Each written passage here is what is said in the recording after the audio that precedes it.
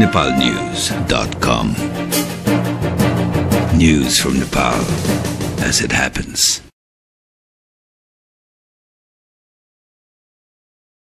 आज मिति 2069 साल फागुन 18 गते शुक्रबार काठमाडौँबाट प्रकाशित नेपाली राष्ट्रिय दैनिक पत्रिकाहरूको समाचार सार संक्षेपमा स्वागत छ। आज प्रकाशित दैनिक पत्रिकाहरूले सर्वोच्चको फैसला नआउँदै सरकार गठनको पहल, प्याकेजमा सहमति गर्ने सम्बन्धमा दलहरूबीच सहमति हुन सकेन, बाँदरमुटे घटनाका सम्बन्धमा माओवादी अध्यक्ष दाहालले माफी मागे शीर्षकका समाचारका साथै अन्य विषयवस्तुहरूलाई पनि प्रमुखताका साथ प्रकाशित गरेका छन्। सर्वोच्चको फैसला नआउँदै सरकार गठनको पहल शीर्षकको समाचारमा कान्तिपुर लेख्छ, प्रमुख राजनीतिक दलले फागुन 24 अगाडि नै प्रधान न्यायाधीश खिलराज रेग्मीको नेतृत्वमा अन्तरिम चुनावी मन्त्री परिषद गठन गर्न छलफल तीव्र पारेका छन्। प्रधान न्यायाधीशलाई सरकार प्रमुख नबनाउन दायर रिटको फैसला हुने दिन फागुन 24 गते अघि नै दलहरूले जेठमा चुनाव गराउने भन्दै सरकार गठन गर्ने तयारी गरेका हुन्। लडाकु समायोजन विशेष समितिको कार्यालय नयाँ बानेश्वरमा बिहिबार बसेको प्रमुख दलको बैठकमा शीर्ष नेताहरूले रेग्मीको नेतृत्वमा सक्दो छिटो सरकार गठनका लागि पहल गर्नुपर्ने बताएका थिए। उनीहरूले सरकार गठनका लागि रेग्मीलाई विश्वस्त पार्ने समेत बताए। सरकार गठनका लागि सर्वोच्च बाधक नहुने नेताहरूको विश्वास रहेको छ।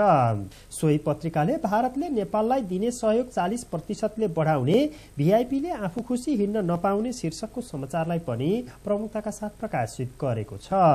प्याकेज मस्यौदामा अझै विमति शीर्षकको समाचारमा नागरिक लेख्छ, प्रमुख राजनीतिक दलले संवैधानिक अडचन र राजनीतिक सहमतिको मस्यौदालाई बिहिबार अन्तिम रूप दिन सकेनन्। सहमतिको मस्यौदा तयार गर्न गठित 4 दलीय कार्यदलले संवैधानिक अडचन पहिला हटाउने वा प्याकेजमै सबै विषय टुङ्गो लगाउने भन्नेमा विवाद मिलाउन नसकेपछि साँझ शीर्ष नेताको बैठक बस्यो।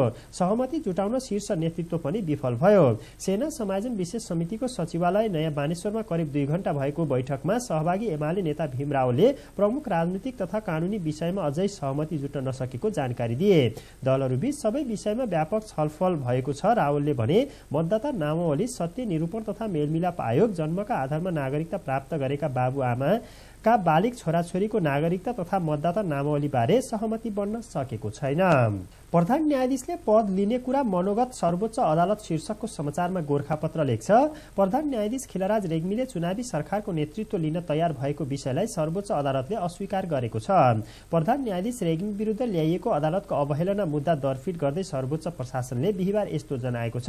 यसअघि सर्वोच्चका सहायक प्रवक्ताले विज्ञप्ति जारी गरेर प्रधान न्यायाधीश रेग्मी राजनीतिक एवं संवैधानिक जटिलताको निकासका लागि सकारात्मक रूपमा रहेको जनाएको बीबीसीसँगको अन्तर्वार्तामा समेत प्रधान न्यायाधीश रेग्मी नेतृत्व सकार्ने आशयको अभिव्यक्ति दिनुभएको थियो। संवैधानिक एवं राजनीतिक गतिरोध अन्त्य गर्न प्रधान न्यायाधीश रेग्मीको नेतृत्वमा मन्त्री परिषद गठन गर्न राजनीतिक दलहरूसँग छलफल भएको स्वीकार गर्दै 4 दिन अघि सर्वोच्च अदालतले नै प्रधान न्यायाधीश सकारात्मक दृष्टिकोण रहिआएको बताएको थियो। यद्यपि सर्वोच्चको विज्ञप्तिमा रेग्मी चुनावी सरकारको नेतृत्व लिन तयार भएको शब्दावलीमा प्रयोग गरिएको थिएन। मन्त्री परिषद बैठक, माथिल्लो सेतीमा जापानको 14 अर्ब ऋण स्वीकृत शीर्षकको समाचारमा सोही पत्रिका लेख्छ, सरकारले तनहुँ जलविद्युत आयोजनाका लागि जापान सरकारबाट उपलब्ध हुने जापानी येन 15 अर्ब 13 करोड 40 लाख करिब 14 अर्ब 7 करोड 74 लाख रुपैयाँ बराबरको ऋण स्वीकार गर्ने निर्णय गरेको छ। तनहुँ जलविद्युतले 140 मेगावाटसम्मको माथिल्लो सेती परियोजना निर्माण प्रक्रिया सुरु गरेको छ। यसअघि एसियाली विकास बैंकले पनि माथिल्लो सेतीमा ऋण लगानी गर्ने निर्णय गरेको थियो। बाँदर मुडेका पीडितद्वारा कालो झण्डा प्रदर्शन, प्रचण्डले माफी मागे शीर्षकको समाचारमा नेपाल समाचार पत्र लेख्छ, एकीकृत नेकपा माओवादीका अध्यक्ष पुष्पकमल दाहाल प्रचण्डले माडी बाँदरमुडे घटनाका पीडितहरूसँग माफी माग्दै आफ्नो पहलमा सरकारका तर्फबाट 60 लाख राहत निकासा गरेको बताउनु भएको छ। चितवनको माडीमा बिहिबार महोत्सवको उद्घाटन गर्दै एकीकृत माओवादी अध्यक्ष प्रचण्डले युद्धकालीन सो घटना पार्टी नीति र युद्धको मान्यता विपरीत भएको स्वीकार समेत गर्नुभयो। उहाँले पीडितहरूप्रति सहानुभूति रहेको जनाउँदै माडीको कार्यक्रम तय भए लगतै सरकारसँग विशेष आग्रह गरेर 60 लाख रकम राहत निकासा गरेको जानकारी दिनुभयो। 2062 साल जेठ 23 गते माओवादीले सार्वजनिक बसमा बम विस्फोट गराउँदा 38 जनाले ज्यान गुमाउनुका साथै दर्जनौं घाइते भएका थिए। बाँदरमुडे घटनाकै कारण माडी प्रवेश गर्न नसकेका प्रचण्ड महोत्सवको उद्घाटनमा सहभागी हुने बहानामा आउनु भएको हो। पारसको स्वास्थ्य मुटुको धड्कन तथा रक्तचाप नियन्त्रणमा शीर्षकको समाचारमा नयाँ पत्रिका लेख्छ। हृदयघातपछि बैंकको समितिबेज अस्पतालमा उपचाररत पूर्व युवराज पारस शाहको स्वास्थ्यमा क्रमिक सुधार आएको छ। बिहिबार साँझ अस्पतालको विज्ञप्ति मार्फत पारसको हातगोटा चल्न थालेको र मुटुको धड्कन तथा रक्तचाप पनि नियन्त्रणमा आएको जानकारी दिएको छ। पूर्व युवराज पारसले भेन्टिलेटरको सहायतामा श्वास लिइरहेको पनि विज्ञप्तिमा जनाइएको छ। तर यसअघि झै उनको स्वास्थ्य स्थिति गम्भीर तर स्थिर भने रहेको विज्ञप्तिमा उल्लेख छ। छोरा पारसलाई भेट्न बैंक गएका पूर्व राजा ज्ञानेन्द्र र पूर्व रानी कोमल शाहले बिहिबार चिकित्सकहरूसँग भेटेर उपचारका विषयमा थप जानकारी लिएका छन्। पूर्व राज दम्पतिले चिकित्सकहरूसँग अहिलेसम्मका प्रयास र आगामी उपचारबारे छलफल गरेको बैंककमा रहेका शाही नातेदारहरूले बताएका छन्।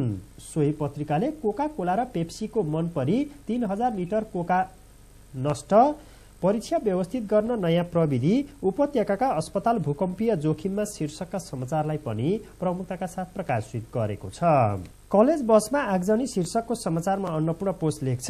सत्तासीन दल एकीकृत माओवादीको भातृ संगठन अखिल क्रान्तिका कार्यकर्ताले बिहिबार बिहान राजधानीमा गोल्डन गेट कलेजका विद्यार्थी बोक्ने बसमा आगो लगाएको छ। कलंकीबाट विद्यार्थी लिएर बालाजुतर्फ जाँदै गरेको बा 1917 नम्बरको उक्त बसमा स्वयम्भू सानो भर्याङ नजिकै आगो लगाइएको हो। बसका चालक ठाकुर खड्काले भने विद्यार्थी चढाएर अघि बढेपछि सुरुमा 2 जना आएर गाडी अगाडि उभिए, अरू 2 जना बसभित्र पसेर विद्यार्थीलाई ओर्लन भन्दै तोडफोड गर्न थाले। त्यसपछि गाडीमा आगो लगाएर मोटरसाइकल चढेर गए।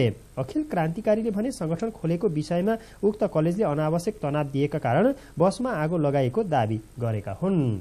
हवस् त आजलाई नेपाली राष्ट्रिय दैनिक पत्रिकाहरूको समाचार सार संक्षेप यति नै। nepalnews.com